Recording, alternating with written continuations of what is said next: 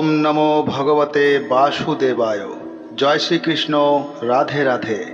নমস্কার বন্ধুরা। হিন্দু ধর্মশাস্ত্রে একাদশী তিথি অত্যন্ত পবিত্র ও মহৎ বলে বিবেচিত হয়। ভগবান শ্রীবিষ্ণুর উদ্দেশ্যে একাদশী ব্রত পালন করলে ভক্তের চিত্ত পবিত্র হয় এবং ভগবানের কৃপা লাভের পথ সুগম হয়। শ্রাবণ মাসের কৃষ্ণপক্ষের একাদশী তিথি কামিকা একাদশী নামে পরিচিত। শাস্ত্রে এই একাদশীকে অত্যন্ত মহিমান্বিত বলা হয়েছে। ভক্তি, বিশ্বাস ও নিষ্ঠার সঙ্গে এই ব্রত পালন এবং কামিকা একাদশীর মাহাত্ম্য ও ব্রতকথা শ্রবণ করলে ভগবান শ্রীহরির কৃপা লাভ হয় এবং ভক্তের জীবনের সুপ্ত বাসনা বা কামনা পূর্ণ হয়, এমনই মাহাত্ম্য পুরাণে বর্ণিত হয়েছে। এই বছর কামিকা একাদশী তিথি 8ই আগস্ট 22শে শ্রাবণ শনিবার দিবা 11টা12 শুরু হয়ে 9ই আগস্ট 23শে শ্রাবণ রবিবার দিবা 8টা45 পর্যন্ত একাদশী তিথি থাকবে। তাই যারা শাস্ত্রবিধি অনুসারে কামিকা একাদশীর ব্রত পালন করছেন তারা ভক্তি ও শ্রদ্ধার সাথে এই ব্রত সম্পন্ন করবেন। প্রিয় ভক্তবৃন্দ, শুধু উপবাস করাই একাদশী ব্রতের মূল উদ্দেশ্য নয়। ভগবান শ্রীবিষ্ণুর নাম স্মরণ, হরিনাম সংকীর্তন, ভক্তি, সংযম এবং পবিত্র মন নিয়ে দিনটি অতিবাহিত করাই এই ব্রতের প্রধান সাধনা। আজকের এই পবিত্র দিনে তাই আসুন সমস্ত দুশ্চিন্তা ও সংসারের ব্যস্ততা কিছুক্ষণের জন্য দূরে রেখে ভক্তি ভরে স্মরণ করি পরম করুণাময় ভগবান শ্রীবিষ্ণুকে। আর এখন আমরা শ্রবণ করব কামিকা একাদশীর সেই পবিত্র ব্রতকথা, যেখানে বর্ণিত হয়েছে এই একাদশীর মাহাত্ম্য, ভগবান শ্রীহরির কৃপা এবং এই ব্রত পালনের মহৎ ফল। ভক্তি ভরে শ্রবণ করুন কামিকা একাদশীর পবিত্র ব্রতকথা। জয় শ্রীকৃষ্ণ। রাধে রাধে। কামিকা একাদশীর ব্রতকথা। শ্রাবণ কৃষ্ণপক্ষিয়া কামিকা একাদশীর কথা ব্রহ্ম বৈবর্ত পুরাণে যুধিষ্ঠির শ্রীকৃষ্ণ সংবাদে বলা হয়েছে। যুধিষ্ঠির মহারাজ শ্রীকৃষ্ণকে বললেন, হে গোবিন্দ, হে বাসুদেব, শ্রাবণ মাসের কৃষ্ণপক্ষের একাদশীর নাম এবং মাহাত্ম্য সবিস্তারে আমার কাছে বর্ণনা করুন। তা শুনতে আমি অত্যন্ত কৌতূহলী। প্রত্যুত্তরে ভক্তবৎসল ভগবান শ্রীকৃষ্ণ বললেন, হে রাজন, পূর্বে দেবর্ষি নারদ প্রজাপতি ব্রহ্মাকে এই প্রশ্ন করলে তিনি যে উত্তর প্রদান করেছিলেন আমি এখন সেই কথাই বলছি। আপনি মনোযোগ সহকারে তা শ্রবণ করুন। এক সময় ব্রহ্মার কাছে ভক্তশ্রেষ্ঠ নারদ জিজ্ঞাসা করলেন, হে ভগবান, শ্রাবণ মাসের কৃষ্ণপক্ষিয়া একাদশীর নাম কি? এর আরাধ্য দেবতাকে? সেই ব্রতের বিধি বা কীরকম এবং এই ব্রতের ফলে কি পুণ্য লাভ হয় তা সবিশেষ জানতে ইচ্ছা করি। আপনি কৃপা করে আমাকে তা জানালে আমার জীবন ধন্য হবে। শ্রী নারদের কথা শুনে ব্রহ্মা অত্যন্ত সন্তুষ্ট হলেন। তিনি বললেন, হে বৎস, জগৎজীবের মঙ্গলের জন্য আমি তোমার প্রশ্নের যথাযথ উত্তর দিচ্ছি, তুমি তা শ্রবণ করো। শ্রাবণ মাসের কৃষ্ণপক্ষিয়া একাদশী কামিকা নামে জগতে প্রসিদ্ধা। এই একাদশীর মাহাত্ম্য শ্রবণে বাজপেয় যজ্ঞের ফল লাভ হয়। ভগবান শ্রীহরির পূজা অর্চনা অপরিমিত পূর্ব ফল প্রদান করে। গঙ্গা, গোদাবরী, কাশী, নৈমিষারণ, পুষ্কর ইত্যাদি তীর্থ দর্শনের সমস্ত ফল একমাত্র কৃষ্ণ পূজার মাধ্যমে কোটি গুণ লাভ করা যায়। সাগর ও অরণ্য যুক্ত পৃথিবী দানের ফল, দুগ্ধবতী গাভী দানের ফল অনায়াসে এই ব্রত পালন করলে লাভ হয়। যারা পাপ পূর্ণ সাগরের নিমগ্ন, এই ব্রতই তাদের উদ্ধারের একমাত্র সহজ উপায়।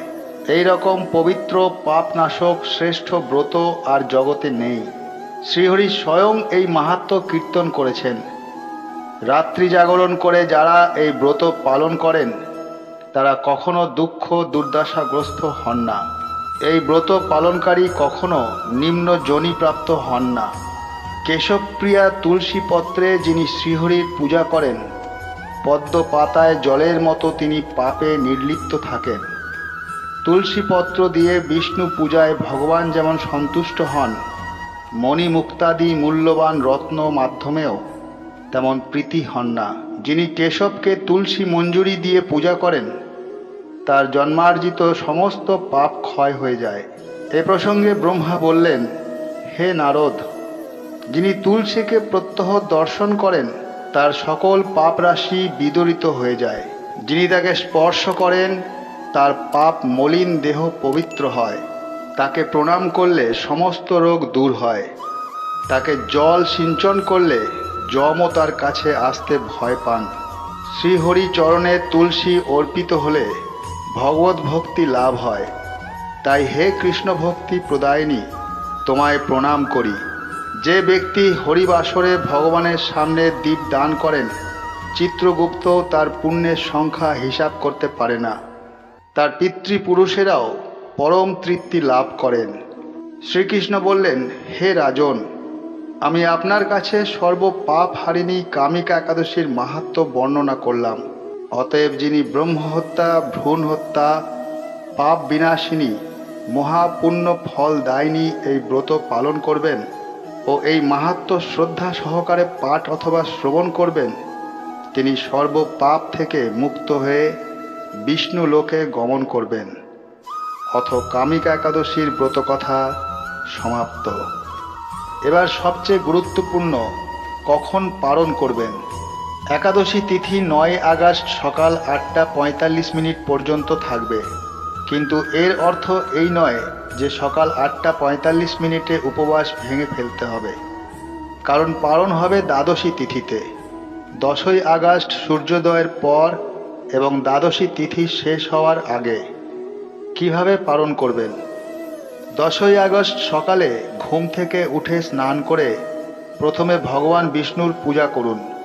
তাকে নৈবেদ্য নিবেদন করুন। তারপর ভগবানকে স্মরণ করে অল্প জল বা চরণামৃত গ্রহণ করে উপবাস ভঙ্গ করুন। এরপর সামর্থ্য অনুযায়ী অন্ন বা সাত্ত্বিক আহার গ্রহণ করুন। সম্ভব হলে ব্রাহ্মণ, বৈষ্ণব বা অভাবী ব্যক্তিকে অন্ন দান করুন। পালনের সময় বলার সহজ মন্ত্র। পালনের সময় ভগবানকে স্মরণ করে বলুন, ওং অচ্যুতায় নমঃ, ওং অনন্তায় নমঃ, ওং গোবিন্দায় নমো নমঃ।